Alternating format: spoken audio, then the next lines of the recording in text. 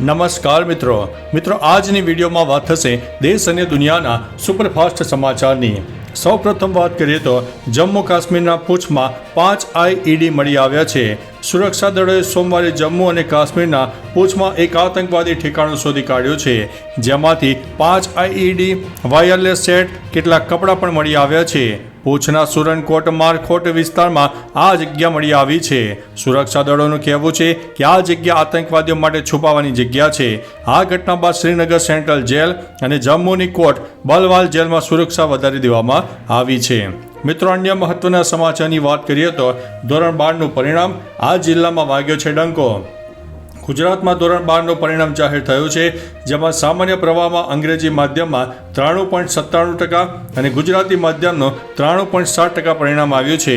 વિજ્ઞાન પ્રવાહમાં 92.91% ટકાવારી સાથે મોરબી જિલ્લો પહેલા નંબરે આવ્યો છે, તો સામાન્ય પ્રવાહમાં વડોદરાનું સૌથી ઓછું 87.77% પરિણામ આવ્યું છે।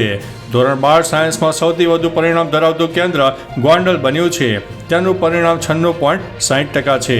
મિત્રો, અન્ય મહત્વના સમાચારની વાત કરીએ તો રક્ષામંત્રી રાજનાથ સિંહનું મોટું નિવેદન સામે આવ્યું છે। પહેલગામ હુમલા બાદ ભારત પાકિસ્તાન વચ્ચેના તણાવ વચ્ચે રક્ષામંત્રી રાજનાથ સિંહે નામ લીધા વિના પાકિસ્તાનને ચેતવણી આપી છે। દિલ્હીના આનંદધામ આશ્રમમાં સાંસ્કૃતિક જાગરણ કાર્યક્રમમાં રાજનાથસિંહે કહ્યું કે દેશની ઉપર આંખ ઉઠાવીને જોનારાઓને જડબાતોડ જવાબ આપવાની જવાબદારી મારી છે। આપણા વડાપ્રધાને તો આપ સૌને સારી રીતે ઓળખો છો। હું આપ સૌને આશ્વાસન આપું છું કે તમે જે ઈચ્છો છો તેવું થઈને રહેશે। મિત્રો, અન્ય મહત્વના સમાચારની વાત કરીએ તો એજાઝ ખાન ઉપર રેપનો આરોપ, 30 વર્ષીય અભિનેત્રીની ફરિયાદ પર મુંબઈ પોલીસે એજાઝ ખાન સામે દુષ્કર્મનો કેસ નોંધ્યો છે।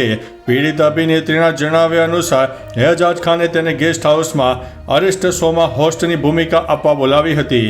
શૂટિંગ દરમિયાન એજાઝે પહેલાં તેને પ્રપોઝ કરી અને પછી ધર્મ પરિવર્તન કરાવીને તેની સાથે લગ્ન કરવાનું વચન આપ્યું। પછી અભિનેતાએ તેની ઈચ્છા વિરુદ્ધ જઈને ઘણી વખત દુષ્કર્મ આચર્યું। આ મામલાની હવે તપાસ ચાલી રહી છે।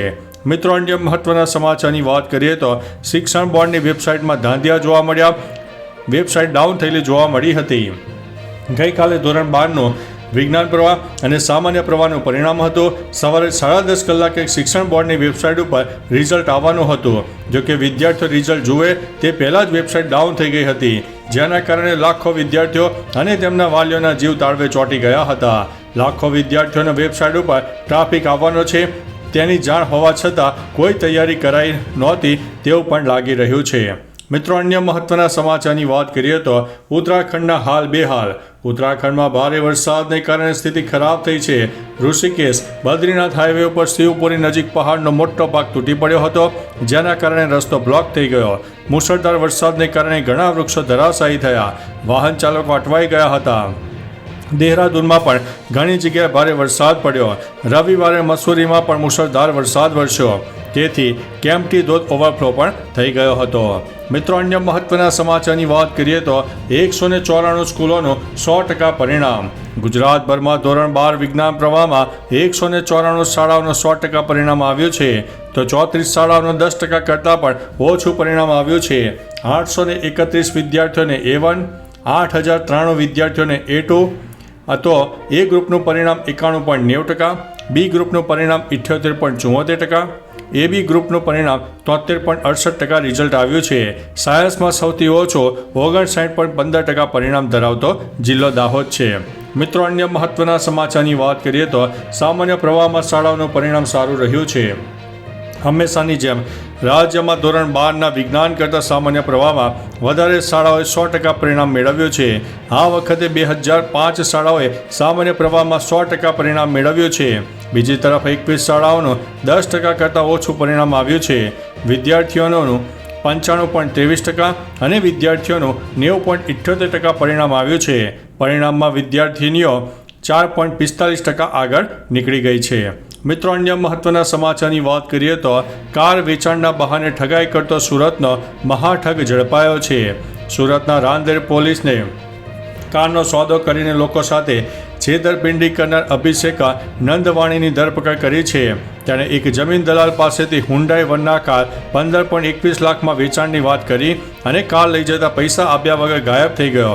નંદવાણી અગાઉ પણ અનેક વખત કાર વેચાણ અને અન્ય વસ્તુઓના બહાને ઠગાઈ કરી ચૂક્યો છે. આ આરોપી અલગ અલગ નામથી લોકો સાથે છેતરપિંડી કરતો હતો. મિત્રો, અન્ય મહત્વના સમાચારની વાત કરીએ તો નાપાસ વિદ્યાર્થીઓ માટે સરસ સમાચાર. ગુજરાત બોર્ડે ધોરણ 12 અને વિજ્ઞાન પ્રવાહ અને સામાન્ય પ્રવાહની પરીક્ષાનું રિઝલ્ટ જાહેર કર્યું છે. ત્યારે હવે નાપાસ થયેલા વિદ્યાર્થીઓ માટે સારા સમાચાર છે. શિક્ષણ મંત્રીએ નાપાસ થયેલા વિદ્યાર્થીઓ માટે સારા સમાચારની જાહેરાત કરી છે. તેવામાં હવે નાપાસ થયેલા વિદ્યાર્થીઓ માટે સુવર્ણ તક આવી છે. આગામી 16મી જૂને પૂરક પરીક્ષાનું આયોજન કરવામાં આવશે. નાપાસ વિદ્યાર્થીઓ 2 વિષયની પૂરક પરીક્ષા આપી શકશે. મિત્રો, અન્ય મહત્વના સમાચારની વાત કરીએ તો ખેરાલુમાં વાદળછાયું વાતાવરણ, અંધારું પણ છવાઈ ગયું હતું. હવામાન વિભાગની આગાહી પ્રમાણે ગઈકાલે સૌરાષ્ટ્ર સહિત મધ્ય ગુજરાતના પણ અનેક ભાગોમાં ભયંકર વરસાદ થયો. વાતાવરણમાં પલટો આવ્યો અને ભયંકર ધૂળની ડબરીઓ પણ ઉડતી જોવા મળી. વાતાવરણમાં પલટો આવતા કાળા ડિબાંગ વાદળો છવાઈ ગયા. હવામાન વિભાગે રાજ્યના અનેક જિલ્લામાં માવઠાની આગાહી કરી છે. વાદળો છવાતા એક તરફ ખેડૂતોની ચિંતા પણ વધી છે તો બીજી તરફ લોકોને ગરમીથી રાહતનો અહેસાસ થયો છે. મિત્રો, અન્ય મહત્વના સમાચારની વાત કરીએ તો પાકિસ્તાનની અવર ચંડાઈ, LOC ઉપર ફરીથી ગોળીબાર કર્યો. જમ્મુ કાશ્મીરના પૂંછમાં રવિવારે રાત્રે પાકિસ્તાને ફરીથી LOC ઉપર ગોળીબાર કર્યો. ભારતીય સેનાએ પણ તેને મજબૂત જવાબ આપ્યો હતો. ગયા અઠવાડિયાથી પાકિસ્તાન સતત સીઝ ફાયરનું ઉલ્લંઘન કરી રહ્યું છે. કુપવાડા, અખનૂર, ઉરી અને રાજૌરી સહિત અનેક વિસ્તારમાં સતત ગોળીબાર થઈ રહ્યો છે. આંતરરાષ્ટ્રીય સરહદ પર પણ ગોળીબાર થયો છે. બંને દેશો વચ્ચે હોટલાઇન પર ચર્ચા બાદ અવરચંડાઈ પણ શરૂ થઈ ગઈ હતી. તો ચાલો મિત્રો, ફરીથી દેશ અને દુનિયાના સુપરફાસ્ટ સમાચાર લઈને મળતા રહીશો. ત્યાં સુધી અમને રજા આપશો. નમસ્તે.